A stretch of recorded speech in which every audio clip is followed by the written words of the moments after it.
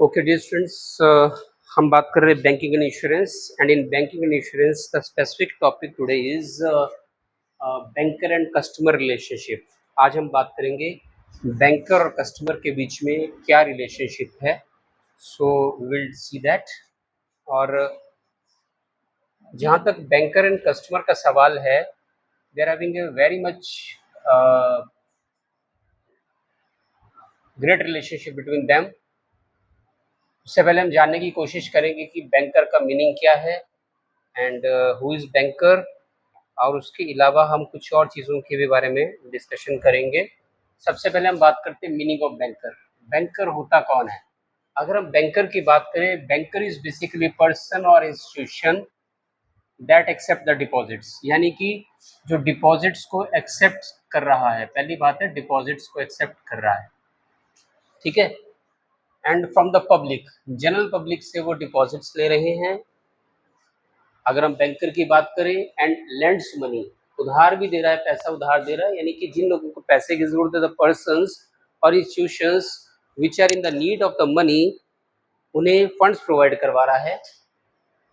उसके अलावा there are various type of financial services which are provided by the banker, यानी banker बहुत सी फाइनेंशियल सर्विसेज प्रोवाइड करवाता है। And lends money to the persons who are in need of money, जिन्हें पैसे की जरूरत है उन्हें पैसा दे रहा है। और जिनके पास एक्सेस मनी है, I have already told it to you, जिनके पास एक्सेस मनी है या रूटीन में भी जो अपना पैसा डिपॉजिट करना चाहते हैं, they are depositing their money with the bank. ना हु इज कस्टमर? कस्टमर का जहां तक सवाल है, customer is a person who opens an account. Account opening is very much important है। अकाउंट होना बहुत ज़रूरी है, अकाउंट ओपनिंग होना बहुत ज़रूरी। कितने समय से अकाउंट है इसका कोई लेना देना नहीं है, but account is very much important. Account होना ज़रूरी है। अगर किसी पर्सन का, इंस्टीट्यूशन का बैंक में अकाउंट है, इट मीन्स हम बात करेंगे कि वहाँ पर जो रिलेशनशिप है दोनों के बीच में एग्जिस्ट कर रहा है। Then with the bank and avails the banking services, यानी कि ऐसा कोई पर्सन जो कि बैंकिंग सर्विसेज को अवेल कर रहा है, हम उसके बारे में बात करेंगे। तो बैंकर जो है बता दिया आपको, और कस्टमर भी बता दिया। कस्टमर अकाउंट ओपनिंग करेगा, उसके अलावा बैंकिंग की डिफरेंट सर्विसेज को वो अवेल करेगा। उसके बाद हम रिलेशनशिप की बात करते हैं कि दोनों के बीच में रिलेशनशिप क्या है, क्या दोनों का आपस में संबंध है। Will talk about that relationship. अगर देखें बैंकर एंड कस्टमर के बीच में, basically it starts with the opening of account. मैंने कह दिया कि account opening is very much important है। जब तक अकाउंट नहीं है किसी का बैंक में, तब तक वो कस्टमर नहीं है। Account opening is very much important there and continues as long as banking transaction exist between them, और उस समय तक एग्जिस्ट उनका रिलेशनशिप रहता है जब तक वो डीलिंग करते जा रहे हैं।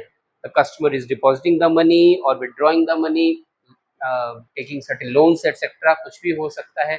इस तरह की ट्रांजेक्शन्स चल रही हैं कुछ ना कुछ, तो वहाँ पे रिलेशनशिप उनका एग्जिस्ट करता रहेगा। नाउ उसके बाद हम बात करेंगे कि जनरल रिलेशनशिप क्या है दोनों के बीच में। If you are talking about the general relationship हम देखते हैं कि बैंकर और कस्टमर के बीच में जनरल रिलेशनशिप क्या है। So as for general relationship is concern, firstly debtor and creditor relationship is there. देनदार और लेनदार का रिलेशनशिप है। एक ने पैसे उधार दे रखे हैं या पैसे दिए हैं उधार, कहीं या पैसे अदरवाइज, और दूसरे ने पैसे रिसीव कर रखे हैं। When a customer basically deposits money, जब भी कस्टमर अपना पैसा जो है डिपॉजिट करता है वहाँ पर बैंक में, then he becomes a debtor, उसी वक्त तो डेटर बन जाता है, यानी कि लेनदार बन जाता है। उसने पैसे लेने हैं बैंक से उस केस में, ठीक है। एंड कस्टमर, सॉरी, बैंकर जो है, बैंक बिकम्स डेटर, गलत बता दिया थोड़ा सा मैंने, बैंक बिकम्स डेटर, यानी कि पैसे दे रखे हैं, और जो कस्टमर है दैट इज ए क्रेडिट, वो लेनदार है। यहाँ पे थोड़ा सा कंफ्यूजन होगा, गलती है तो उसे देख लेंगे। बैंक जो है वहाँ पर डेटर है और जो कस्टमर है वो क्रेडिटर है, ठीक है। कस्टमर को का अमाउंट जो है बैंक के पास किसी न किसी फॉर्म में जमा है। सो बैंक कभी लोन देता है, उस केस में क्या होता है, रिलेशनशिप रिवर्स चेंज हो जाता है रिलेशनशिप। वहाँ पे जब भी लोन की बात करते हैं, लोन के केस में जो है वहाँ पर बैंक जो है क्या बन जाता है, बैंक उस केस में बन जाता है डेटर, सॉरी क्रेडिटर, और अगर हम बात करते हैं कस्टमर की, कस्टमर उसके इसमें बन जाता है डेटर। ठीक है, तो ये चीज़ आपको देखनी है। तो सिचुएशन के ऊपर डिपेंड करेगा क्या सिचुएशन दोनों के बीच में एग्जिस्ट कर रही है, we will have to see that, हमें वो देखना है, उस हिसाब से हम काम करेंगे। ठीक है, तो बेसिक पॉइंट मैंने आपको कह दिया, relationship is that of debtor and the creditor. उसके बाद हम बात करते हैं trustee and beneficiary. Basically bank act as a trustee, एक ट्रस्टी की तरह काम करता है। ट्रस्ट यानी ट्रस्ट के ऊपर डिपेंड कर रहा है, विश्वास का है सारा का सारा खेल। Trust is very much important between both of them. Why this trust is required? Because bank is holding certain securities, कुछ सिक्योरिटी बैंक के पास है, कोई डॉक्यूमेंट्स हैं कस्टमर के डॉक्यूमेंट्स, या कोई वैल्यूएबल आइटम्स जैसे कि कोई ज्वेलरी है या कोई और चीज़ें हैं एज ए लॉकर में रख रखी है, कुछ भी इस तरह का चीज़ें हो सकती है। तो कस्टमर की कोई वैल्यूएबल आइटम्स हैं, these are held by the banker, banker के पास वो कुछ चीज़ें पड़ी हुई हैं, तो ट्रस्टी का काम करता है। This is basically a relationship of faith, विश्वास का है सारा का सारा यहाँ पे काम। ठीक है, तो सेकेंड रिलेशनशिप मैंने आपको कहा that is a trustee and beneficiary. Then after that the next one is agent and principal relationship.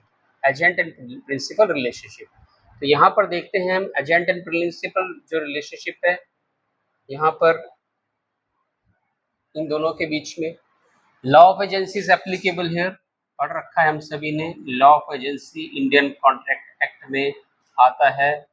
ठीक है, वहाँ पे क्या है, one party is principal and other party is agent. तो एक प्रिंसिपल है, दूसरा एजेंट है। इस केस में जो कस्टमर है वो प्रिंसिपल है, क्योंकि उसका जो मटेरियल है, मनी है, वैल्यूबल्स है, वो सारे किसके पास है, बैंकर के पास हैं। एंड एजेंट कौन है, बैंक इस केस में एजेंट है। तो दोनों का रिलेशनशिप यहाँ पे, क्योंकि जो चेक्स की कलेक्शन करेगा, बैंक को चेक्स की कलेक्शन करनी है, पेमेंट देनी है अल्टीमेटली कस्टमर को, या चेक अगर आ रहा है वहाँ पे कस्टमर ने दिया है, किसी और ने विड्रॉ करने हैं, तो सारी चीज़ें, तो इंश्योरेंस प्रीमियम पे कर रखा है, करना है। I have given certain instruction to bank की आपको इंश्योरेंस प्रीमियम पे करने स्पेसिफिक टाइम में, स्पेसिफिक डे में, तो बैंक पे कर रहा है उस चीज़ को, या ऑटो डेबिट हो जा रहा है, कुछ भी इस तरह की चीज़ें। And various other type of payments which are paid on behalf of customer, customer के बिहाफ पे अलग अलग तरह की पेमेंट्स वहाँ पे बैंकर को पे करनी पड़ती है, बैंक को पे करनी पड़ती है। तो ये कौन सा रिलेशनशिप आ गया, principal and agent relationship is between them. Now next one is related to bailor and bailey। Bailor and bailee, bailor means owner, bailor हम वर्ड यूज करते हैं नॉर्मली ओनर के केस में आता है, और अगर हम बात करते हैं बेली जिसके पास गुड्स हमने किसी स्पेसिफिक पर्पस के लिए गुड्स दे रखी हैं। ठीक है, स्पेसिफिक पर्पस, तो स्पेसिफिक पर्पस यहाँ पे बैंक से डीलिंग का है, और यहाँ पे कौन सा है, बेलमेंट एंड प्लेज आपने पढ़ रखा है इंडियन कॉन्ट्रैक्ट एक्ट पे, वहाँ पर आता है। एंड ऑन दिस बेसिस यहाँ पे मान लीजिए लॉकर की फैसिलिटी अवेल कर रखी है कस्टमर ने, customer is having the locker facility, then उस केस में क्या होगा, safe custody is the responsibility of banker, सही से ध्यान लगाकर ध्यान से चीज़ों को रखना है, लॉकर में जो सामान है, all the keys, one keys in the hands of the customer, another is in the hands of some employee और मैनेजर। ठीक है, दो या तीन कीज होती हैं, तो रिलेशनशिप मतलब थोड़ा सा सामान ढंग से रखना है। तो अल्टीमेटली यहाँ पे बेलर और बेली का रिलेशनशिप होता है। बेलर मीन्स ओनर, ओनर कौन है यहाँ पे, customer is the owner, sound से सुन लेना आपने, बेलर। ठीक है, ये रिलेशनशिप दोनों के बीच में एग्जिस्ट करता है। Then after that we are having the next relationship that is of, अगर हम बात करते हैं, next relationship is that of mortgagor and mortgagee. Mortgagor and mortgagee relationship वहाँ पे आ रहा है।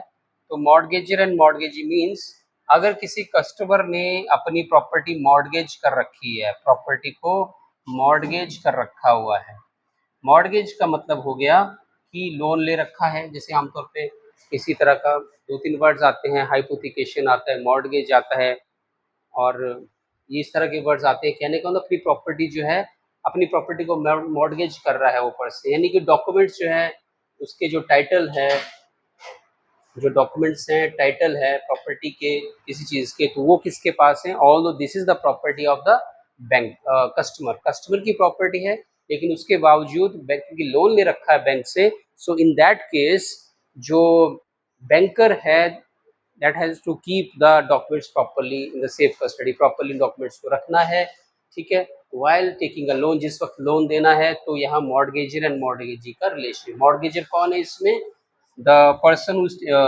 जो ओनर ऑफ गुड्स है, प्रॉपर्टी, उसका जो ओनर है that is mortgagor and bank is the mortgagee, ठीक है। तो ये रिलेशनशिप दोनों के बीच में एग्जिस्ट कर रहा है।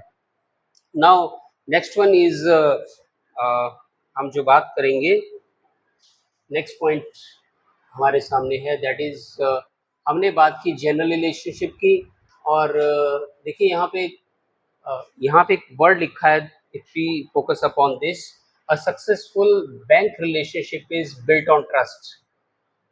अच्छा जो रिलेशनशिप है बैंकर और कस्टमर का, that is dependent upon trust, विश्वास के ऊपर चलेगा। अगर विश्वास है, प्रॉपरली जो कैश दे रखा है, वैल्यूबल्स दे रखी है, they should be kept in the proper custody bye the banker, banker को प्रॉपरली रखना अपने पास, ठीक है।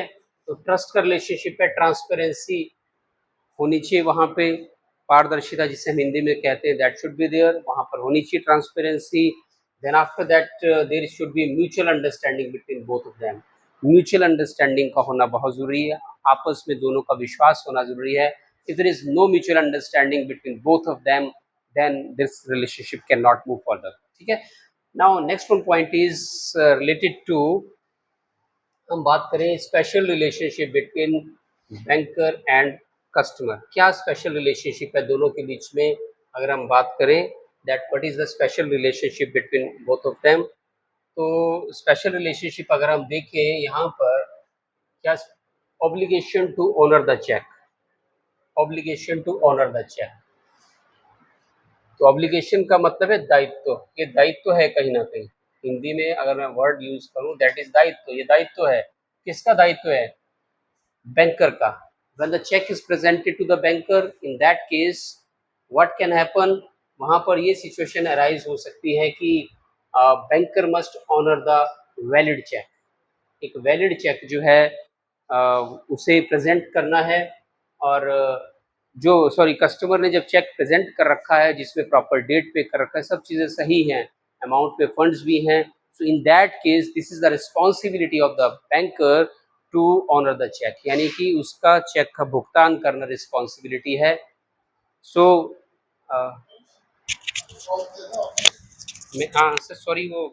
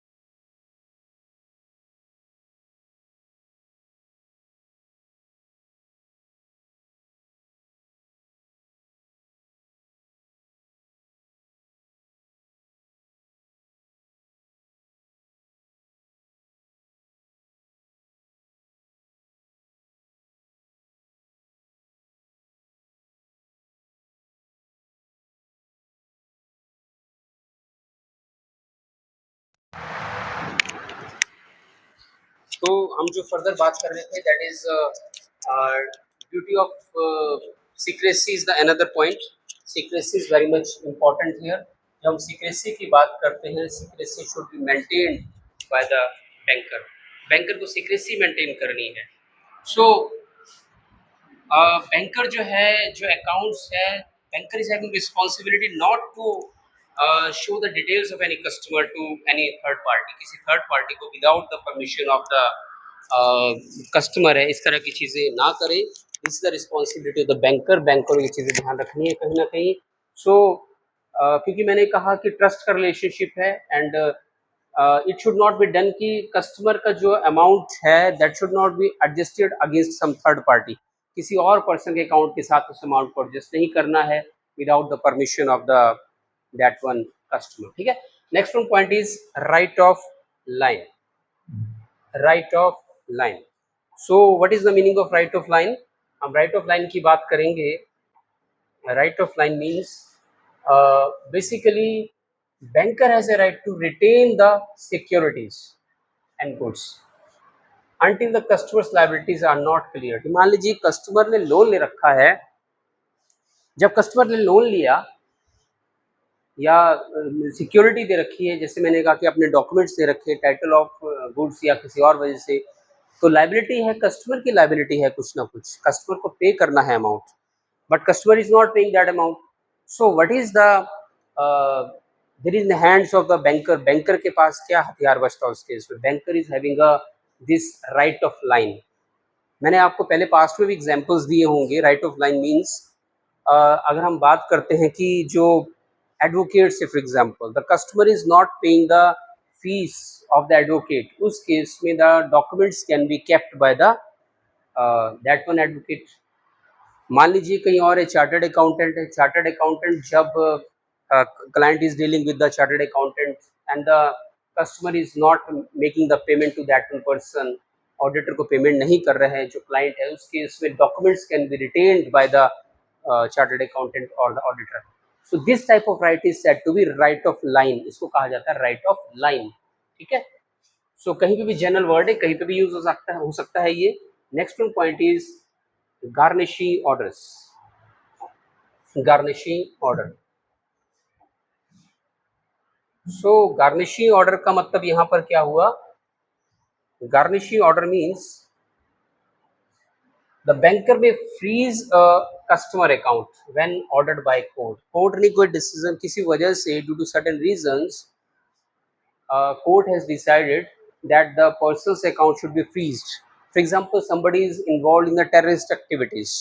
In that case, the person's account can be freezed. Similarly, somebody is involved in some illegal activities. Somebody is involved in bribery cases. इस तरह के cases जो हो सकते हैं, जहाँ भ्रष्टाचार के केसेस होते हैं, इस तरह के केसेस हैं, in those cases the customer account of customer can be freezed as per the directions of the honorable court। ठीक है, वहां पर हो सकता है इस तरह का। Next is duty to follow the customer's instructions. जो कस्टमर्स ने कुछ इंस्ट्रक्शंस दे रखी हैं, उन कस्टमर्स को फॉलो करना, this is the responsibility of the banker.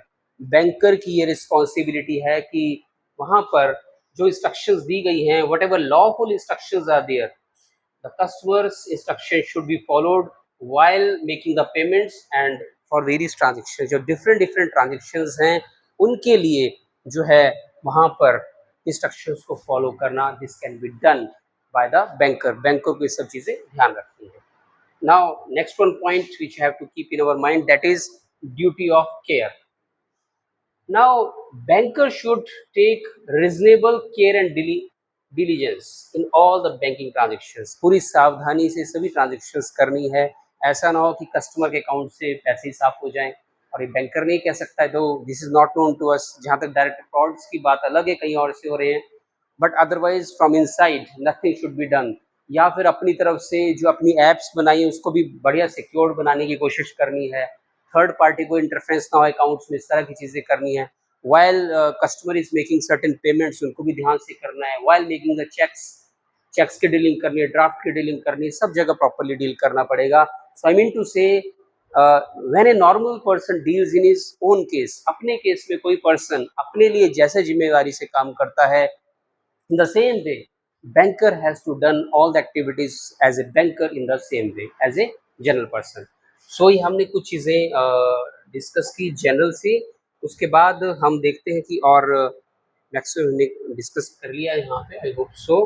अब यहाँ पे कुछ पॉइंट रह गए हैं, दैट इज नाउ बेसिकली हम फाइनली देखते हैं relationship between the banker and customer is that of the debtor and creditor. दोनों के बीच में डेटर और क्रेडिटर का रिलेशनशिप है, and ultimately that is depending upon the circumstances. किस तरह की परिस्थितियाँ उसके ऊपर डिपेंड करेगा क्या रिलेशनशिप दोनों के बीच में है, and sometimes it's a relationship principal agent, sometimes it's not, sometimes always, हर बार ट्रस्टी एंड बेनिफिशियरी का रिलेशनशिप है, बिलर एंड बिल रिलेशनशिप है, मॉर्गेजर एंड मॉर्गेज रिलेशनशिप है। तो ये जो है हमने जनरल डिस्कशन जो है दोनों के बीच में डिस्कस किया। ठीक है, कुछ और चीज़ें जो मेरे पास लिखी हैं, अगर if there any combined accounts, अलग अलग से दो अकाउंट है कस्टमर के, तो अकाउंट्स को कंबाइन कर सकता है बैंकर, कंबाइन अकाउंट्स, ये भी एक कहीं ना कहीं वहाँ पर रिलेशनशिप में एक चीज़ है, उसकी जो जनरल रिलेशनशिप में ही आता है। ठीक है, और banker as attorney, banker as attorney एक अटॉर्नी की तरह भी काम करेगा। बैंकर एज अटॉर्नी, अटॉर्नी थोड़ा देखना पड़ेगा डिक्शनरी मीनिंग क्या है, एज एन एडवोकेट कह लें या कुछ भी इस तरह का, तो उस तरह से काम करेगा। वट एवर इंस्ट्रक्शंस मैंने वैसे बता दिए, जो इंस्ट्रक्शन बैंकर को मिल रही है कस्टमर की तरफ से कि मेरे अकाउंट को डेबिट करना है, मुझे पेमेंट्स करनी है डिफरेंट डिफरेंट टाइप की, वो चीज़ें करे।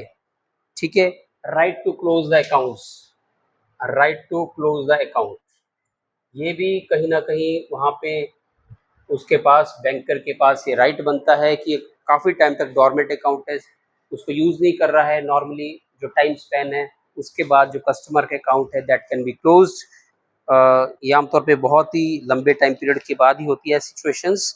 ठीक है, तो ये आ गया। उसके अलावा जो स्पेशल फीचर्स हैं कुछ एक, what are the special features between debtor and creditor relationship की हम बात करते हैं, वो कौन से स्पेशल फीचर्स हैं which should be seen in the case of banker and customer, कौन से स्पेशल फीचर्स हैं। स्पेशल फीचर्स में अगर हम देखें, स्पेशल फीचर्स कौन से, ये यहाँ पर स्लाइड में नहीं है बट फिर भी I am covering them. Payment must be done when necessary, must be done when required, जब ज़रूरत है उस वक्त बैंकर को पेमेंट करनी है। बैंकर आमतौर पे रोक नहीं सकता किसी पर्सन की पेमेंट को, तो यहाँ पर payment should be done whenever demand is there by the customer, and बशर्ते थोड़ी से यहाँ पे रिक्वायरमेंट्स हैं, must be at proper place, proper place कौन सा हो गया, बैंक है उसके लिए प्रॉपर प्लेस, ठीक है, वहाँ पर होनी चाहिए, एंड प्रॉपर टाइम पे होनी चाहिए, जो ऑफिशियल आवर्स है उसमें होनी चाहिए। ऐसा ना हो कि जब मर्जी और आपको 12 बजे पेमेंट मांगने लगे, दिस इज़ नॉट पॉसिबल। सो ये कुछ जनरल चीज़ें वहाँ पर देखनी है, and it should be done in a proper manner, proper manner में होनी चाहिए, जो पेमेंट डिमांड हो रही है it should be done in a proper manner, सही तरीके से प्रॉपर मैनर में ही ये सारी चीज़ें कवर अप होनी चाहिए। So these are certain things between banker and customer, और मैंने आपको बता दिया with the passage of time as economy is growing, whether this is Indian economy और एनी अदर इकोनॉमी, वहाँ पर दोनों के बीच में बहुत ही for the growth of the economy this is very much important कि banking sector should grow in a proper way, proper direction, तो उसका ग्रो होना बहुत ज़रूरी है। And there are different type of activities which are performed by a banker in the present time as technology is changing very much fast, बहुत तेज़ी से technology change हो रही है। So this relationship is growing very much fast, और लेकिन मैंने कह दिया पहली शर्त क्या, उसके लिए अकाउंट होना बहुत ज़रूरी है। That's all for today, I hope so you understand everything, thank you so much, thank you.